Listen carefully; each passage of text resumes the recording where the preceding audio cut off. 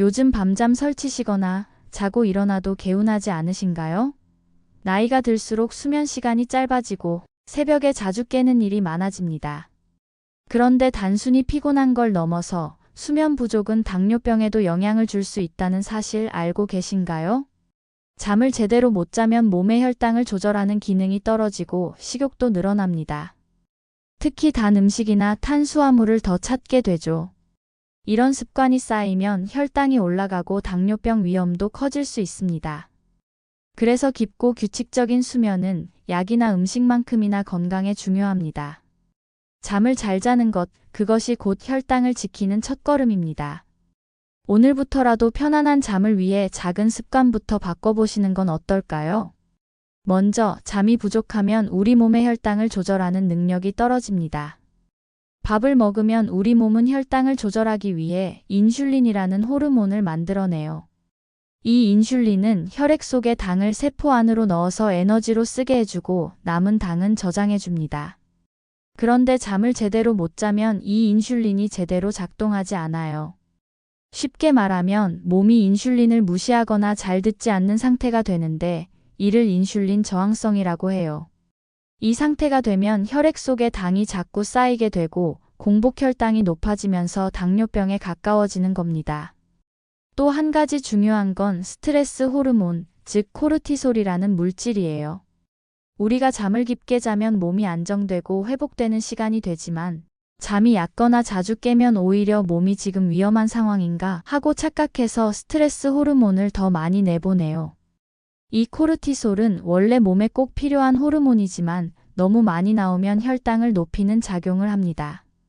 그래서 스트레스를 많이 받거나 잠이 부족하면 자연스럽게 혈당도 오를 수 있어요. 그리고 또 하나, 잠이 부족하면 배가 더 자주 고프고 단 것이 더 당기게 되는 이유가 있습니다. 바로 렙틴과 그렐린이라는 호르몬 때문인데요. 이 둘은 우리가 배가 부른지, 배가 고픈지를 알려주는 역할을 해요. 렙틴은 이제 그만 먹어도 되라고 알려주는 호르몬이고, 그렐린은 배고파, 뭐 좀 먹자라고 신호를 보내는 호르몬이에요. 그런데 잠을 잘 못 자면 이 두 가지 호르몬이 균형을 잃어요. 렙틴은 줄어들고 그렐린은 늘어나서 자꾸 배고픈 느낌이 들고 군것질이나 단 음식이 당기게 됩니다. 당연히 탄수화물이나 설탕이 많이 들어간 음식을 더 자주 찾게 되겠죠. 그 결과로 몸은 필요 이상으로 음식을 먹게 되고 혈당이 올라가고 체중도 늘고 결국에는 당뇨병 위험이 점점 더 커지는 거예요. 특히 나이가 들수록 신진대사가 느려지기 때문에 예전보다 더 쉽게 살이 찌고 더 천천히 혈당이 내려가요. 그래서 어르신들께는 수면 부족이 더 치명적일 수 있습니다. 나는 밥도 조심해서 먹고 운동도 하는데 왜 혈당이 계속 올라가지? 하고 의아하신 분들이 있다면 혹시 잠을 제대로 못 자고 계신 건 아닌지 한 번쯤 점검해 보시는 게 좋아요. 낮잠은 자주 자는데 밤에는 자꾸 깨거나 새벽 3시나 4시에 눈이 떠진다면 숙면이 부족할 수 있어요. 한두 번 잠이 부족한 건 괜찮지만 이런 일이 일주일에 여러 번, 한 달 이상 계속된다면 우리 몸의 혈당 조절 시스템이 점점 망가지고 있다는 신호일 수도 있어요. 당장은 괜찮아 보여도 오랜 시간 반복되면 혈당 수치가 조금씩 오르고 결국에는 당뇨병 진단까지 이어질 수도 있습니다. 특히 이미 공복 혈당이 높거나 혈압이 높고 복부 비만이 있으신 분들은 잠이 부족할 때 그 영향이 더 크게 나타나요. 그런 분들일수록 수면을 더 중요하게 생각하셔야 하고 단순히 나이 드니 잠이 줄었지 하고 넘기면 안 됩니다. 정리하자면 잠을 제대로 못 자면 몸이 혈당을 조절하는 능력이 약해지고 스트레스와 식욕이 함께 올라가면서 당뇨병으로 이어질 수 있다는 거예요. 다음 글에서 어떻게 하면 숙면을 도와 혈당을 지킬 수 있는지 알려드릴게요. 지금은 단 한 가지, 잠도 혈당과 직결된다는 사실 꼭 기억해 주세요. 몸도 쉬고 혈당도 쉬어야 건강이 지켜집니다. 그래서 어떻게 하면 잠을 잘 자고 혈당도 잘 지킬 수 있는지 하나씩 천천히 알려드릴게요. 복잡하게 생각하지 마시고 편하게 들으셔도 괜찮아요. 먼저 중요한 건 잠드는 시간을 일정하게 만드는 거예요. 오늘은 10시에 자고 내일은 1시에 자고 이렇게 들쑥날쑥하면 몸이 혼란스러워요. 몸은 규칙적인 걸 좋아해요. 매일 비슷한 시간에 자고 비슷한 시간에 일어나는 게 제일 좋습니다. 예를 들어 밤 10시에 자고 아침 6시에 일어나는 습관을 만들어 보세요. 며칠만 해도 몸이 그 시간에 맞춰 잠들기 시작해요. 그리고 잠자기 전에는 몸과 마음을 천천히 쉬게 해줘야 해요. 텔레비전 크게 틀어놓고 스마트폰 보고 생각 많고 걱정 많은 상태로는 잠이 쉽게 안 와요. 눈은 감아도 머리는 계속 깨어 있거든요. 잠자기 30분 전에는 조명을 조금 어둡게 하고 소리도 조용하게 해주세요. 너무 밝고 시끄럽고 정신없는 환경은 뇌가 지금은 잘 시간이 아니구나 하고 착각해요.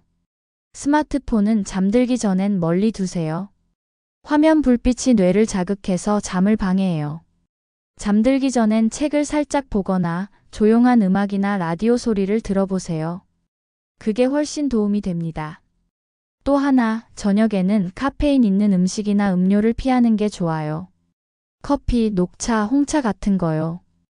오후 늦게 마시게 되면 몸은 졸린데 머리는 깨어 있어서 뒤척이게 돼요.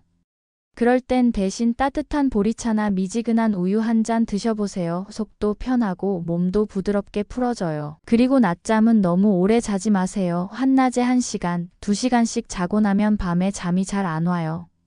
그래서 밤에 늦게 자고 또 다음날 피곤하고 이게 반복되면 밤잠이 점점 줄어들어요.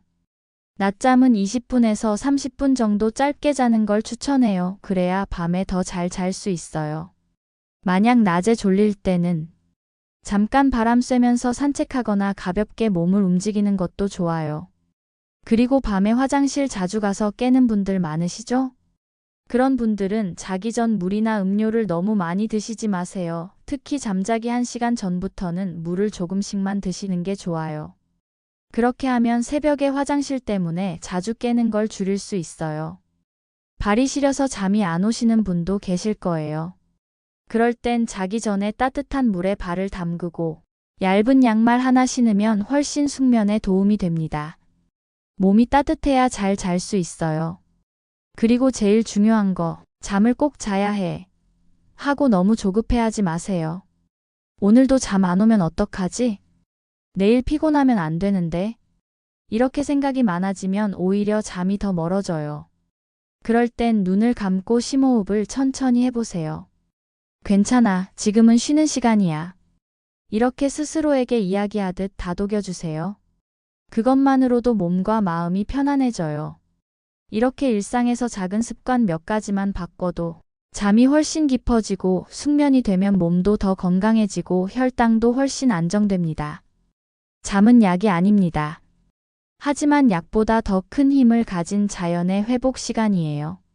몸도 마음도 혈당도 잠을 잘 자야 제자리를 찾아갑니다. 오늘 말씀드린 내용 중에 딱 한 가지만이라도 해보시면 내일 아침이 훨씬 편하고 가볍게 느껴질 거예요.